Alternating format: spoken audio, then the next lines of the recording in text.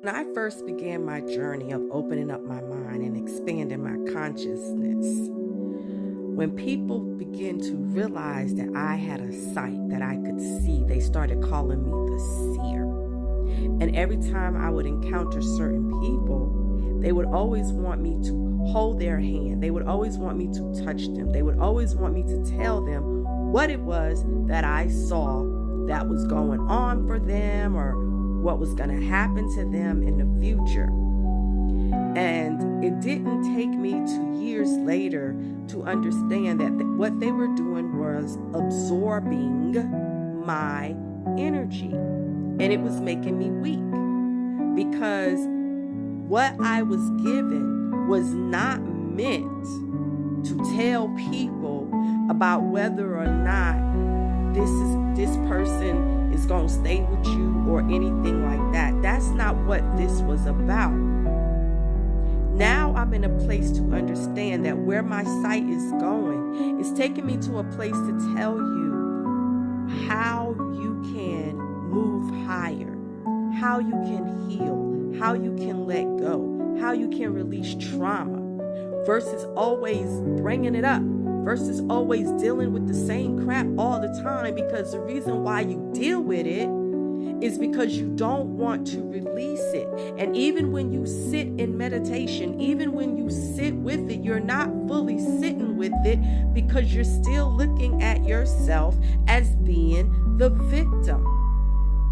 So you want somebody to see into your life. You want somebody to tell you something powerful that is going to help you move forward, but you don't want to retain the information because it's not working for you, based upon the situation that you are going through, based upon the situation that you made a decision to choose that particular situation in your life. This is all coming from personal experiences. I'm talking about myself. I'm including myself in this conversation. So seeking everything outside of yourself, seeking externally things, even your altars are outside of yourself if you still do not know who you are within. Even if you say, I don't need no altar, I don't have to do this, I don't have to do that, you got some work to do. You got some spiritual work to do. You got some soul searching work to do. You got some healing to do. And if you allow every little thing that a person does to bother you, and you suppose I meditate, I know who I am, but you allow everybody else to bother you in some form or fashion, you've got a long way on this journey, and you are still a baby.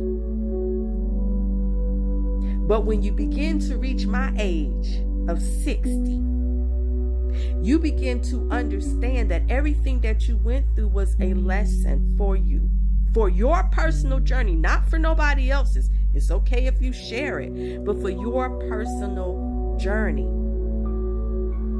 And you begin to change your frequency and your vibrations. And you begin to know the difference between what is low vibrational and what is high vibrational. And you begin to understand that the greatest love is love for yourself first. So that you don't put yourself in a situation where people are constantly absorbing from you instead of pouring back into you.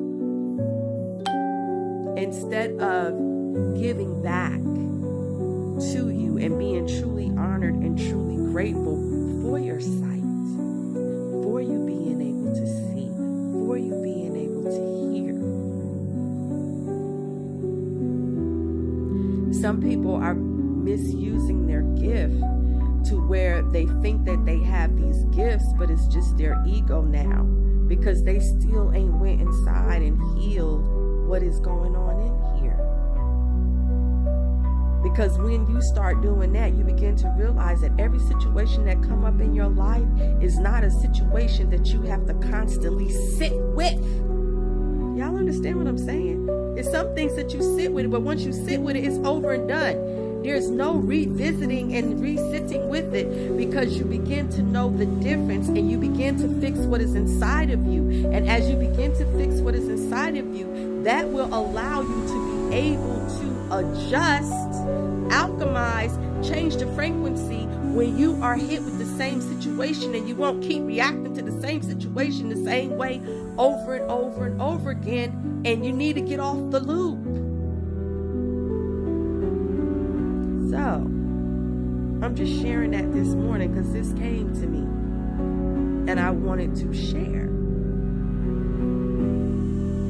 And even with me sharing this, I'm also being told that there's a lot of things that I've got to stop sharing. Because sometimes it just goes over the person's head. They're hearing it, but they're not receiving it. So why should I keep giving information to people that are not willing to do the work? I mean, the true work. I'm not talking about the superficial work.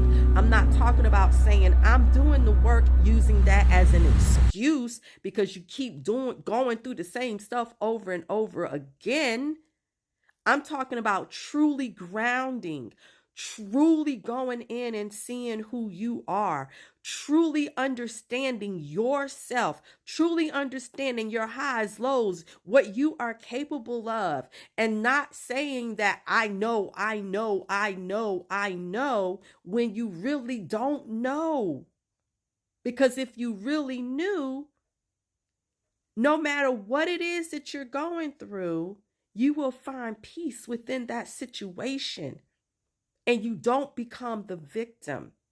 And you don't try to steal somebody else's power by making them be, by making them say, by making them do what you want them to do in order for you to feel good.